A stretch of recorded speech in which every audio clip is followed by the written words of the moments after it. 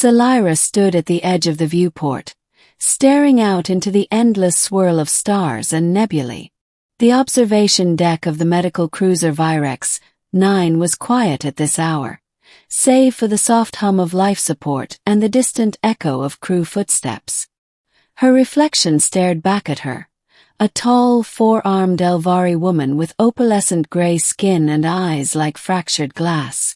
Her mouth was wider than a human's, her features sharp and angular, and her horns, twisted, uneven, jutting from her head like broken branches.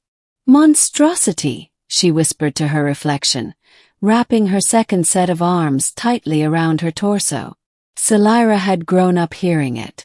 From classmates, from neighbors, even from her own mother who once said, "Maybe your looks are punishment for the sins of your father." Her people prized symmetry, smoothness, delicacy. Selira was none of these. She had left her homeworld to escape the quiet, daily ache of rejection. The Confederation needed medics. She had the skill, the hands, 4 of them, but she worked where others wouldn't go. War zones, plague ships, recovery missions. And now Virex 9 was docked in orbit around what had been the human colony of Meriton 3, recently liberated from a brutal occupation by the Skorvax. Most civilians were dead or missing. The survivors came aboard in waves, covered in ash, blood, and silence. That's where she met Liam Harrow. Middle. He was carried in by 2 fellow survivors, tall, broad-shouldered, his face covered in dried blood and soot. His right leg had been mangled by a mine, and his chest bore the bruises of some terrible blow. "Room 8C, Selira instructed, grabbing a field scanner with one hand and a bag of medgel with the other 3. She didn't look at his face. She rarely looked at anyone's face anymore. As she worked, he groaned once, then quieted. She expected him to flinch when she touched him. Humans often did when they saw her. But when she finally glanced at his face, he was watching her with calm eyes the color of sun-washed denim. "How bad is it?" he asked. "The leg is gone. We'll replace it," she said clinically. "You had a collapsed lung. I stabilized it. You'll recover." He grunted. "Lucky me." "You are lucky. The others brought in today didn't make it." Silence passed between them. "You're gentle for someone with hands like that," he said suddenly. She blinked. "I'm efficient." "No," he smiled faintly. "I mean it. You're careful." The moment passed. She finished patching him up and moved on, but something about his gaze clung to her mind like a burr in soft fabric. Over the next weeks, she checked in on him. Medics rotated, but she always volunteered to handle the more difficult patients. And Liam, stubborn as he was, hated rest. "Trying to escape again," she said dryly one day, catching him halfway off his recovery cot. "I'm bored, not suicidal," he said with a grin. "Your synth meals are too good to die for just yet." She arched a ridged brow. "You must have low standards." He laughed. Her joke. No grimace. No side glance. No visible discomfort. Over time, she noticed he treated her the same way he did the other medics. No fear. No awkward stares. He asked about her homeworld, about the Elvari.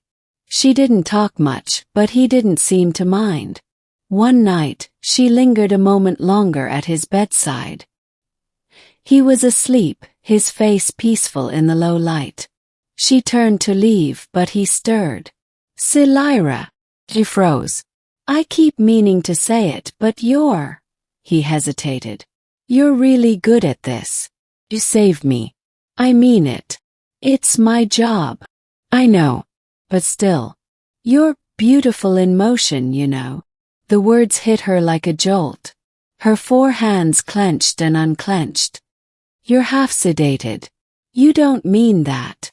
"I do," he murmured. "Never seen anyone move like you." like grace under pressure. She didn't reply. Couldn't. Left. Later, alone in her cabin, she stared into the mirror. Same jagged features. Same uneven horns. She tilted her head, mimicking the movements he'd seen when she worked. She looked alien, yes. But was there grace? A week passed. Then another. He walked again, prosthetic fitted. When he left medbay, he gave her a simple salute. "Come see me before we leave port." She never answered. That night, she found herself on the deck again, gazing into space. "You always come here to mope," came Liam's voice from behind. She turned sharply. "You're supposed to be resting." "I did. For 3 days. Doctor's orders." He stepped closer, unafraid. "You didn't visit. I didn't think you were serious." He crossed his arms. "Why would I joke about that?" She hesitated. "You're human. You don't understand what I am. I understand someone who saved my life, who worked through pain and loss, and still showed up for every patient. That doesn't make me beautiful, doesn't it?" he asked softly. "Who told you you weren't?" Was. A lifetime's worth of hurt flickered in her eyes. "Everyone," she said, voice cracking. Ending. The wind stirred across the colony's rebuilt courtyard. A few weeks had passed. The Skorvax had been pushed back. The planet was healing. So were its people. Selira stayed behind during the reconstruction effort. She had volunteered again. Always volunteering. But this time she wasn't just patching wounds. She was teaching human medics how to use Elvari techniques. Working side by side with engineers. Laughing, softly, awkwardly but genuinely, with survivors. And sometimes after long shifts, she would sit on the steps of the administration hall and sip tea with Liam, watching the sun rise over the burned horizon. "You're different," he said one day. "How so?" "Not in a bad way. Just, you stand straighter now." She glanced down at her posture, chuckling faintly. "And your eyes are softer." She touched the edge of her eye ridge. "I didn't know that could change. Maybe not physically. But you're seeing the world differently." She looked at him, then really looked. "Because someone called me beautiful?" He shrugged. "Maybe. Or maybe you finally believed it was possible." She thought for a moment, then nodded. "I still think I'm strange looking," she admitted. He leaned in, not close enough to be inappropriate, but enough to let the warmth of his words touch her. "Strange isn't bad. You're still beautiful. Especially when you forget to hide." That night, she returned to her quarters, sat before her mirror, and for the first time in her life, saw something other than a monster. She saw Selira. Medic. Survivor. Teacher. Friend. And maybe, just maybe, something beautiful.